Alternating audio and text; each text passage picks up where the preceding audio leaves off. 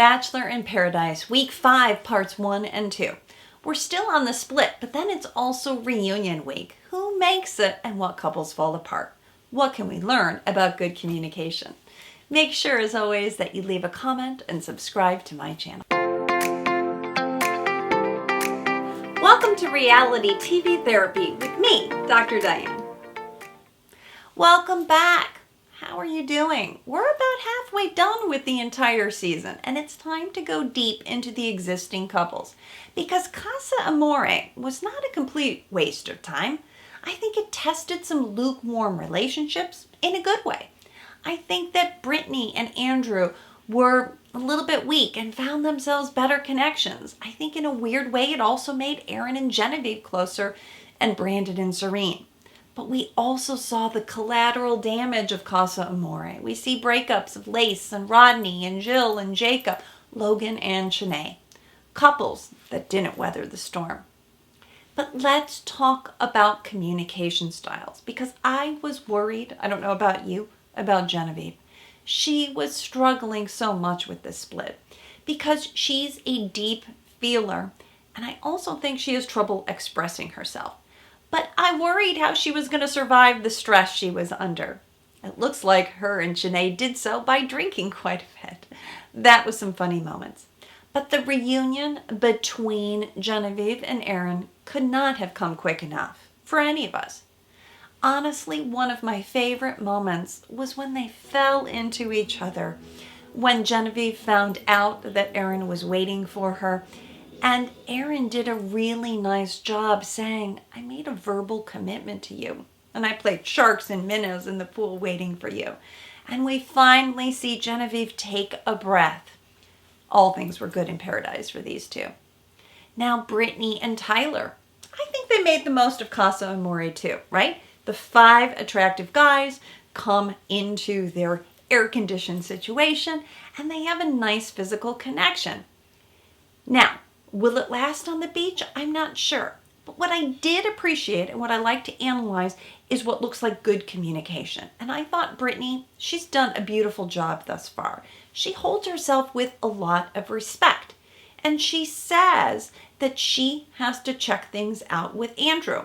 It doesn't stop her from kissing Tyler, but I do think that she wants to be very clear that she's got some business that she needs to take care of. And she does so. She comes back to the beach, she pulls Andrew and says, what's going on here? And they both, because again, it was lukewarm to begin with, were able to admit that they had created stronger connections with other people.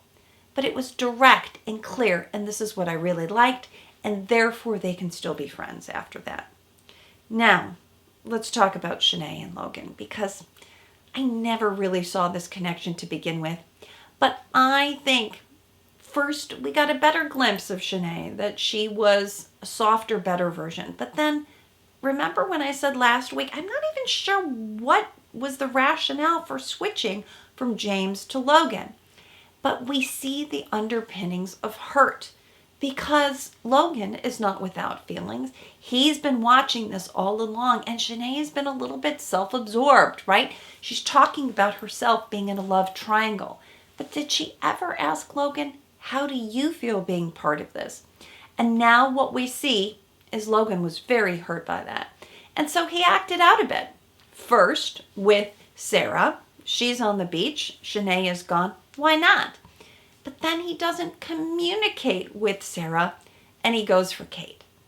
I think Logan is getting lots of attention. He's not quite sure what to do about this, but he's into Kate. And I liked Kate's directness because she was saying, hey, I'm here and I'm going to make the most of it. But now we're seeing some villain vibes. There's a bit of mean girl energy. And I wonder if Kate was being coached by the Game of Roses. Do you know them? Check them out. They have a podcast. But sometimes they've coached people. And it seems like she's a bit conniving, maybe a little even cunning. But whether she's going from from Jacob to Logan, I don't know if I quite understand how she feels about these guys. She's sexy and fun and she's just kind of living it up. But now we see some blood between her and Shanae. Shanae comes back. She feels blindsided, even though she went for Tyler herself. She had a little bit of fun, but she expected somehow Logan to be waiting, and she is hurt. But I'm not sure why Kate really sees this as the moment to come up to Shanae. I think Kate could have let that go. But they get into it. And we see there's been some bad blood here. Because remember, on the tell-all, it was Kate that came for Shanae. And Shanae had been difficult on this show. She had been a bully. And so the women will not forget that. But not a great moment for either one of them. It looked like two women fighting over a guy, and I'm not so sure that the guy that they really even cared that much for. Let's talk about Jacob and Jill, because I also felt extremely bad for Jill. We see Jill with her crystals thinking about Jacob. She makes no connection with anyone else, but she is really anxious, just like Genevieve. And Jacob, right? We can't forget him. He's picky about the women. He's really into physicality. And Jill says, "You're my penguin, though." And Jacob has found somebody else. Now, also fascinating, if Jacob really was into Jill, he could have moved beyond that. But now he's gotten a taste of something, and he feels like there's something missing for him. I do appreciate Jacob's directness. He tells Jill that something was missing, and I think that's just where it's going to land. Jill, of course, is heartbroken over this. She really thought that they were going to be in their own weird kind of wild way together. And I do think we saw snippets of that, but it just wasn't enough. And then, of course, to see her crying in the car and talking about, oh, Jacob's a Lyft driver. Some of it was funny, but some of it was just sad. And I do feel like Jill can perhaps find somebody who's as into her as she was into Jacob. Now, the couple of the night I really want to talk about is Johnny and Victoria, because the jury's still out on the impact of Casa Amore on this couple. Good for Johnny to be loyal to Victoria, but she is the hottest woman on the beach, and how is Johnny going to find any better? But it's Victoria who's tempted by Alex, and my goodness, for good reason. He shows up and Alex is attentive to her. He is attractive. He seems into her. He senses that she needs some physicality, and all the women are stressed out. So he gives that to her, rubs her head, and she warms into that. They have a date, and we can see the chemistry there. But she's torn. She's feeling like she's cheating on Johnny. There was obviously a connection there. She feels more loyal. But she tells Alex that she needs to handle some things back at the beach. And I appreciate this. I appreciate that Victoria is trying to be clean about things. Now, when they come back during the reunion, she's trying to have a really upfront clarity conversation with Johnny. Who could blame her? Victoria's 29, and she knows that just weeks prior that Johnny wasn't quite ready to be with Gabby. So what's changed? How could he be more ready? But she asks some pretty probing questions, and again, who can blame her? Like Johnny, where is your career going? What are your aspirations? And Johnny gets defensive. But we saw his own father call him out during hometowns. Is he really ready? And he doesn't have much to say for himself. So he says, well, I'm motivated and ambitious, but you're talking about checking boxes. Don't you want to fall in love? And I think this kind of fast speaking is confusing to Victoria, who is just really looking for answers. But this couple might want different things, and they need to be okay with that. I mean, to me and to the followers, it looks like Alex is a more secure partner. But again, for some reason, she can't quite shift. Maybe because of loyalty, something else, I'm not quite getting it. Because even if this couple gets engaged, and there's rumors that they will, I worry that Victoria is just ahead of Johnny, and he's not going to quite get there.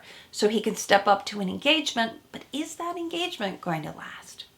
All right, now let's talk about the other people on the beach, the guys that got sent home, Rick and Olu. There's been, of course, some controversy. Brandon wrote a tweet that he deleted then quickly about some kind of negative behavior by Olu. And the women were quick to say that Rick was a very respectful guy, but didn't say that about Olu. So we can draw some conclusions even though we don't have all the facts. But I do feel like this might be a story that gets squashed, that we never find out, because let's face it, I do think sometimes the producers do not want to show these things. Remember, we had one other season where there was some inappropriate behavior and the beach got shut down.